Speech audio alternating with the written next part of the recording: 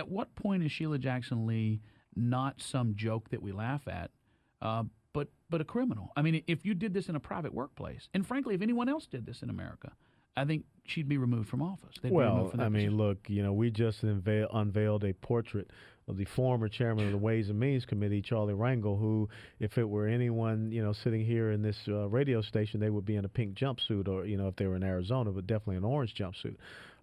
Look, there are many things that I've seen in Washington, D.C. that cause me a lot of concern, both sides of the aisle. But no one should disrespect the people that are there. Those staffers work very hard. And I have to tell you that from the bottom of my heart, the things that I see in our congressional office. And I know there's a reputation up there that she is very hard on her staff members. She's gone through a lot of folks over the years. That's not the right way to have harmony if you're going to have it in your office. And that's not how you make people shareholders in your vision of what you're attempting to do to go up there and be a true representative of the American people. So I think that, once again, we've got to get back to a sense of citizen servants and not people that think they're sent to Washington, D.C. to be served. You get one answer. You cannot be diplomatic. Pick one congressman from Houston that you most admire. Well, I tell you, back when I was running Mike McCall, I had the opportunity to go up there and speak before some members, some conservative members, and he came up and said some things to me that just absolutely, made me feel very welcome while I was still just a candidate. So he and I get the opportunities every now and then to chat outside. And Ted Poe, also a good guy. And Kevin Brady, I tell you what, he is very smart. He's head of that Joint Economic Committee. Very smart on the economic and fiscal issues. So you got some great guys here. You've raised a lot of money here. You got about 30 seconds in this segment. Houston seems to have a love affair with you.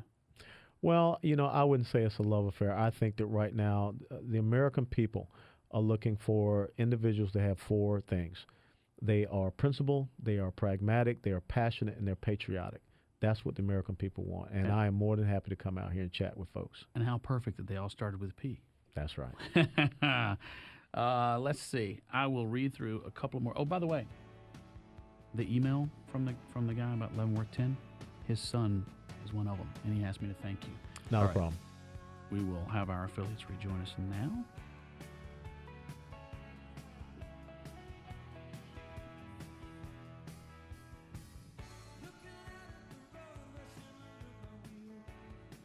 Our guest is Lieutenant Colonel Congressman Allen West. You've been in the crosshairs of a lot of groups for saying what you believe at a time that most people won't. The issue of Islam and your statements, CARE came after you. They came after me too, but no one really jumped to my defense. I made some statements about the Victory Mosque in New York that got me in a little bit of hot water, let's just say, and CARE called for my ousting. But I'm still here. I'm proud to say. You've made some very strong statements in January of 2011. You joined House Foreign Affairs Committee Chairwoman Ross Layton. Yes, Ileana Ross Layton. In condemning the official flying of a PLO flag in Washington. Yes. Talking about, in fact, lately you've had some statements on Palestinian legitimacy, quote unquote. Yeah. First of all, let's do a little history lesson here, and let's go back and understand where the word Palestine come from. That word was first introduced into that region back in 73 A.D. when, after the Romans suppressed the Jewish insurrection rebellion, Emperor Hadrian made the decision that it would no longer be called Judea. He sent down a decree. It would then be called Palestina. And so that's where that comes from. It's the name of a region. Now, then furthermore, you have to go back and understand where did they get the word Palestina from. Well, that word came from the word Philistia, which was, goes back to the Philistines. But even the Philistines, the original Philistines were Greek. So I think the first thing we must understand is that this word Palestinian or Palestine has nothing to do with Arab people. It has everything to do with that region. And in having something to do with that region, it goes back to who are the original Palestinians based upon Hadrian's decree, well, the Jewish people. Now, when you talk about having a two-state solution, when you talk about having an Arab state and a Jewish state, you start back after the British were able to defeat the Ottomans in 1917. every time someone has come up with a Jewish state next to a Palestinian state, the Jewish people have accepted it, the Arabs have rejected it. So finally, in May of 1948, when we have the declaration of the modern-day state of Israel, the state of Israel has always existed with Jerusalem as its capital, then you have 5 Arab nations launch an attack against that, brand new state, which, the United States of America, I believe, within 12 minutes recognized back in 1948. So the truth needs to be out there. So when Mahmoud Abbas talks about having a Palestinian state, first of all, that's a farce. There will not be a two-state solution because even him in Ramallah has no contact with what is going on in Gaza. And if there is to be a Palestinian state, 2 things. They've got to recognize the modern-day state of Israel, which they have repeatedly said they will not do. Second thing, they have to denounce the terrorist activities that emanate out of the quote-unquote territory areas that they control, as well as out of the Gaza Strip, something that they have not done either. As a matter of fact, in the last week of August, I went over to Israel for a week, and that was a couple of days after the terrorist attack in Eilat, where we know that there were Egyptians involved. Every day, pretty much, during the time period I was there for the week, rockets and mortars and missiles were being fired out of Gaza Strip into southern Israel. Not one time did you hear Mahmoud Abbas condemn that. So I don't see the Palestinian Authority as a credible peace partner right now. And, them trying to do this backdoor thing through the United Nations, first of all, a year ago, our president should not have put that on the table, which gave them some type of incentive to do what they're doing now. So now the president has to try to, backtrack and cover all of his footprints. So I am very forthright in saying that until the modern-day state of Israel is recognized, until they renounce the terrorist activities that are coming out of the areas that they control and also in the Gaza Strip, you do not have a credible peace partner there. A matter of days after you were sworn in as a congressman. No, actually, it was before that. The president went to Egypt. Oh, yeah. What I called his Muslim apology tour. You have a problem with the things he said to, as he called it, the Muslim world? I do. Not just what he said there at the university in Cairo, but also when he went to speak to the Turkish General Assembly. Because in certain parts of the world, the only thing that they understand and respect is strength. And that comes from my having about 44 months of combat experience in the Middle East.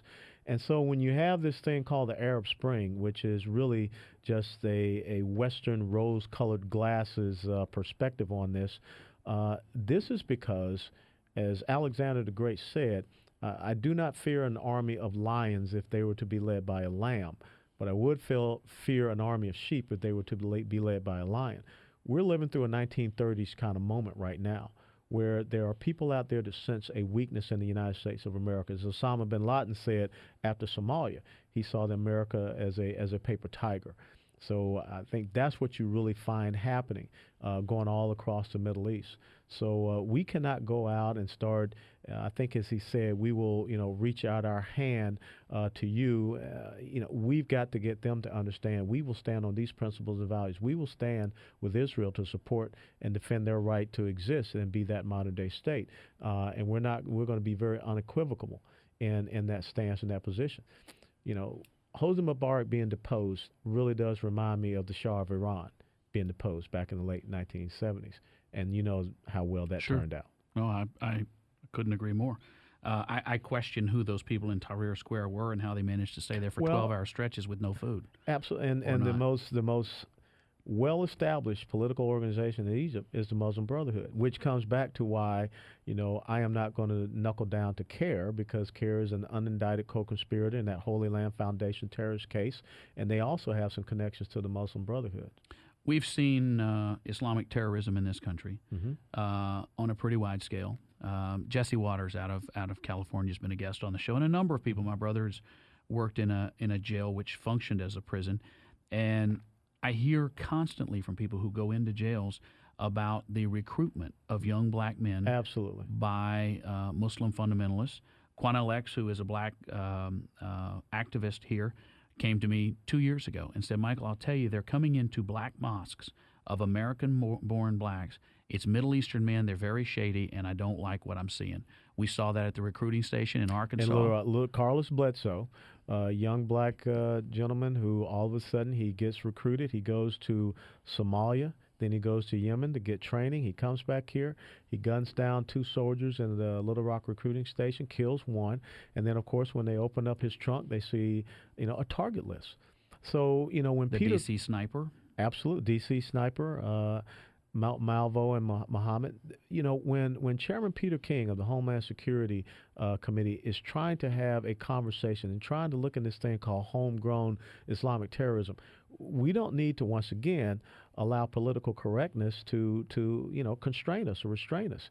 And, one thing I tell folks is that when tolerance becomes a one-way street, it leads to cultural suicide. All you have to do is look across the Atlantic Ocean to what's going on in Europe. We cannot allow that to happen here. We cannot allow our own constitutional, values and rights and freedoms to be turned upside down on top of us by someone coming in and allowing themselves to mask a religion, which is really a theocratic political ideology, to supplant the United States of America. You've talked a lot about race and the family in America, which has built you a following of people, because you've said things that a lot of people believe, but no one would say it. But there's been an incredible following that has sprung up around your comments as regards, and you taking on CARE, that a lot of people cowered from. What kind of resources did they bring to bear on you? Well, it's so interesting. And look, I've been in the military. CARE does not cause me any concern, but it was interesting. Did you use psychological intimidation tactics on them? Well, I tried to, Okay. yeah. Well, the guy sent the letter to me of CARE South Florida, asking me to not associate myself with certain individuals. And I saw this as a great moment to teach a little bit of American history. And I sent him back a one-word response, and that response was nuts.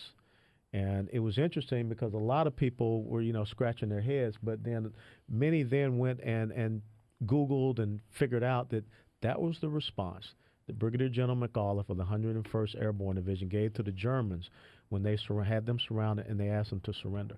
And I think that's what we have to tell organizations like CARE and others, that we're not going to surrender our America to you. And I don't care what type of, tools or resources you try to bring on us. July 19th of this year, Congressman Allen West wrote that Debbie Wasserman Schultz, the head of the DNC and a fellow congressman, was the most vile, unprofessional, and despicable member of the U.S. House of Representatives, and not a lady. Coming up, he'll explain why he said that. Stay tuned. Be a pal and friend Michael on Facebook. Just search for The Michael Berry Show.